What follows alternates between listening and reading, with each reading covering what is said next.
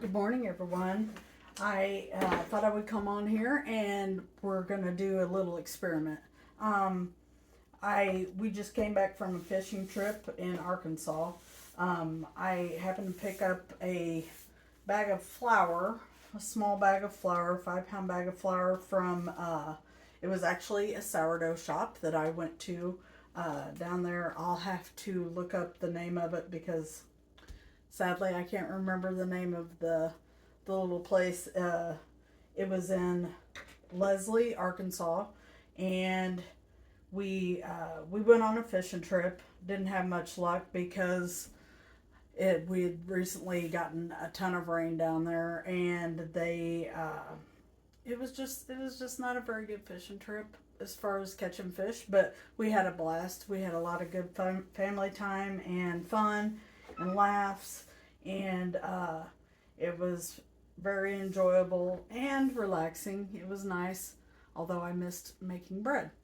So, anyway, back to what I was telling you about. So, I'm going to do a little experiment. I just fed this a few minutes ago. This was part of my starter. I used 60 grams of my starter, 180 grams of water, and 180 grams of my all-purpose flour. So I'm going to also feed my starter, a portion of my starter, with this organic flour that I got. This is actually milled in, it's in Kansas, and I believe it's pronounced Maranathol, Kansas. It's from a Heartland mill. I'm going to try it. This is an unbleached, unenriched, malted all-purpose flour. I just wanted to, I seldom feed my starter with anything other than what I bake with is the all trumps.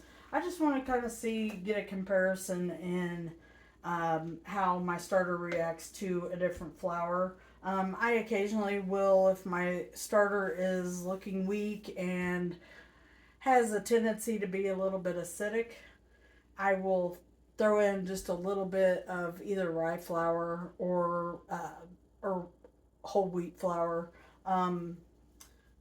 I don't have any specific kinds that I use a lot of times, but as far as brands go,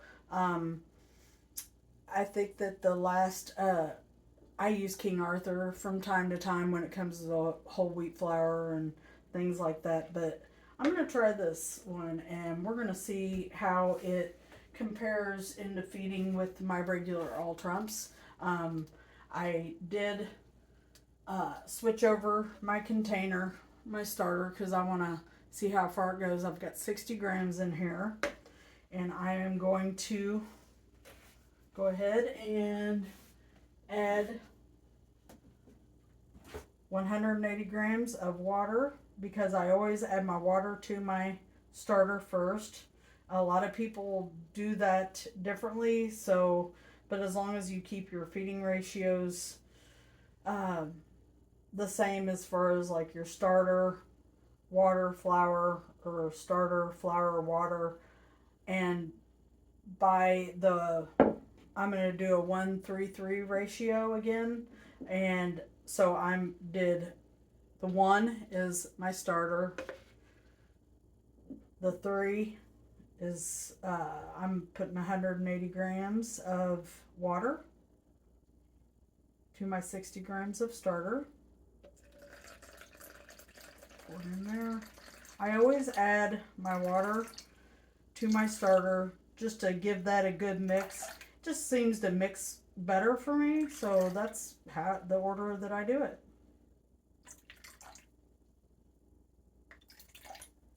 Okay, 179. That's pretty good. Okay, now I'm gonna go in with.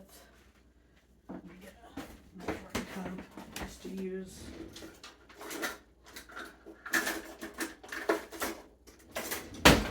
To dip my flour out with. I'm going to give this a quick stir just to mix that water and that starter together.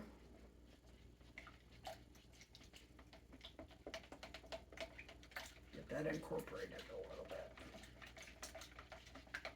Okay. And now I'm going to go in with 180 grams of flour. I'm anxious to see how my starter reacts to this flour. Can't be a bad thing. I mean, it's all organic, unbleached, unenriched. Whoop. Tad over there. There we go, 180.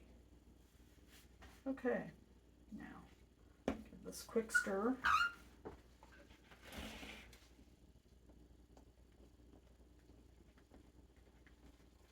Okay, if you can see that consistency.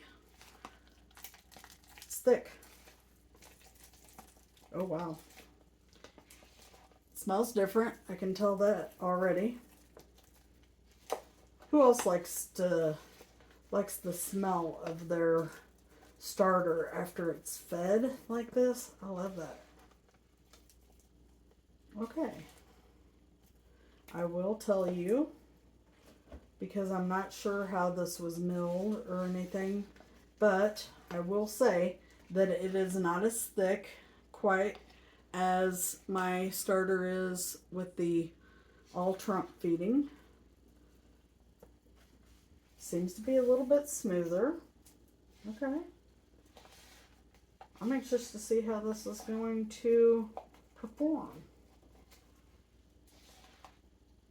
And what I will probably do is make a loaf actually using this flour,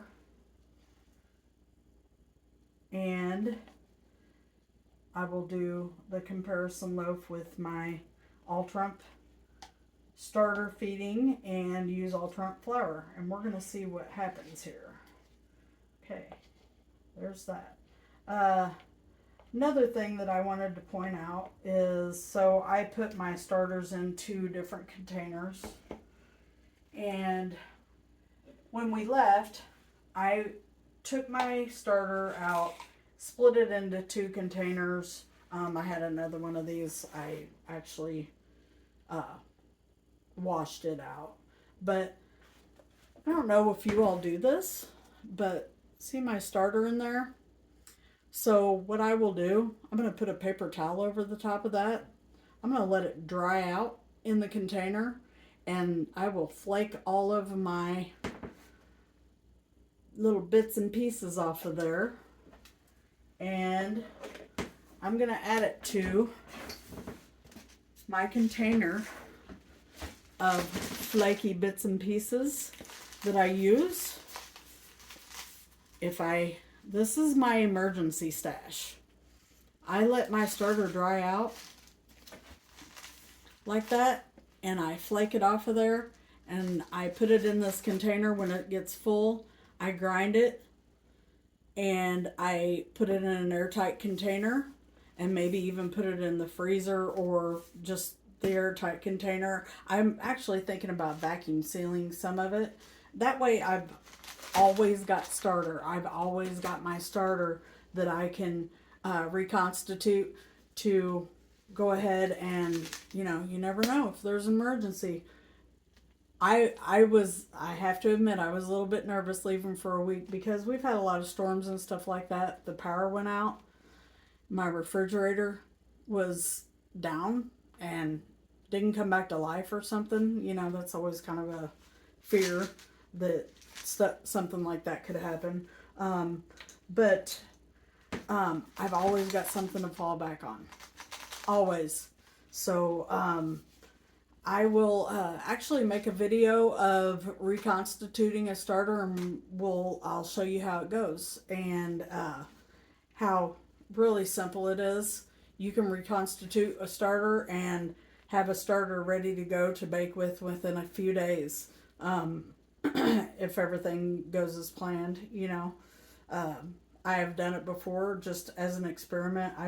Luckily I've never had to do that. A lot of people keep the starters out all the time. I don't like to take the chance of it getting moldy or any of that. So anyway, we'll do a video of that too. That sounds like a fun video. And I'm going to get back with you guys later today on how these two, I'm going to mark them with a dry erase marker. And we're going to figure out, this is the Heartland mill. So I'm just going to put an H in. Okay. And then on this one, I'm going to put 9.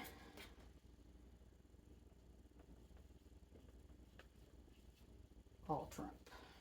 Okay.